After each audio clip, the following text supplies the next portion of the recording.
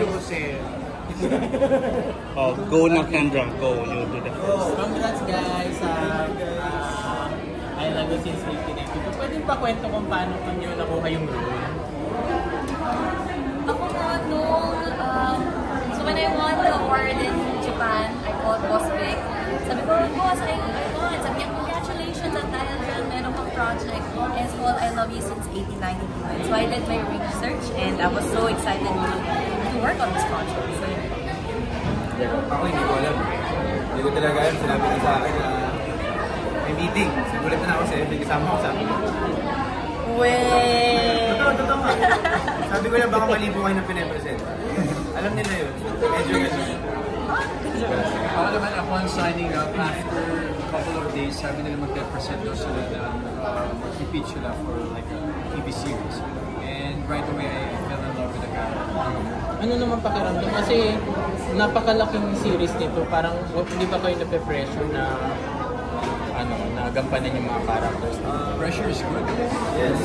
Part ng process yung pressure. Expectations na rin pala namin workout.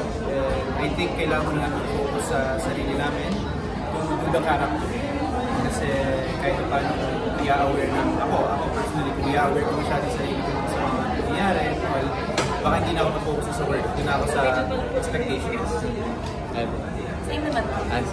Ganun din naman ako. Lagi naman may pressure.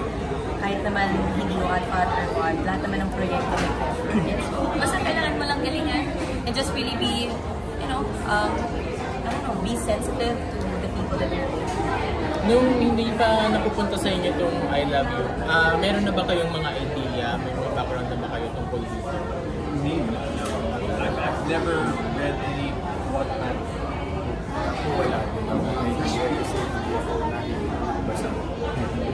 Kayo pala rin. So paano nyo pinaghandaan yung mga characters nyo dito? Pinasend ko agad yung Wattpad. So I read, nasa plane na ako nun, tapos binabasa ko na rin siya. So ang ganda. I fell in love with it. Umiyak ako, tumawa ako, kinilig ako, nalungkot ako. So it's a very good. Script ba yung binasa niyo or yung libro?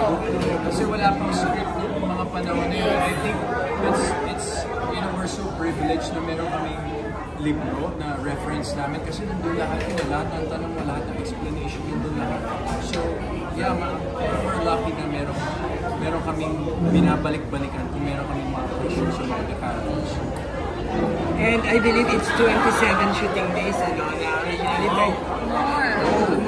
Dami naman sa alam mo, ha? For the production, ha? Alam mo. 30. insider ka. Insider talaga yun. Ganyan talaga siya.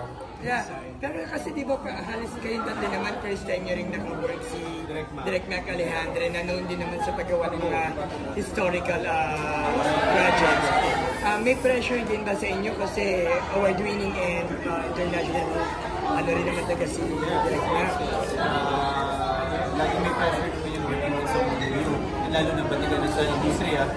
And I think iset aside natin yung awards and yung nagawa. But the fact na tumagal sa industriya, it means ang laking knowledge niya, experience, at syempre yung may tutulong niya sa'yo. Alam yun, as a co-actor, an actor din yun. So ako, excited kasi the fact na talagang sabi niya yung movies na siya, ay ko, wow, madami ako matutulong. Yeah, ako naman ang nag-discover ko sa pressure. Pansin nyo, kapag may pressure, mas ginagawa niyo yung best. Kasi pag masyadong relax, anong dating na, diba? So I really think pressure is good kasi it's gonna push you to really squeeze. Kung ano yung meron ka, minsan sa pressure na yan, may nadidiscover ka sa sarili mo na, kaya ko pala to. Meron pala ako nito. So yeah, we're so excited to work with Direk. Kapag simula na ba kayo ng taping? Ako po, na-happy days na kami nila Direk Mac. So, nung unang araw talagang nangangapa pa ako para sa Direk Mac. Pero, grabe, sobrang good vibes niya lang. Sobrang galing niya. Alam niya kung anong gusto niya, perceive. And so, guided ka talaga there. And the best part, si Direk is very passionate. So, sobrang, I think it's quite rare to find a director like that na pag kinausap ka, alam mo yung energy, ramdam mo agad eh. Parang siya, parang parte talaga siya ng cast. Mahal niya yung proyekto eh. parang nag-brainstorm na kagad kayo. Parang it's a collaborative work talaga. And that's why sobrang swerte namin na si Direk ang mag-handle ng project. Hey, Sam, fun question. Meron yung lumang tao ng sino yun? Lumang tao na po sa amin. Ako, Gabriela Silang. Kayo. Lumang tao sa story or iba?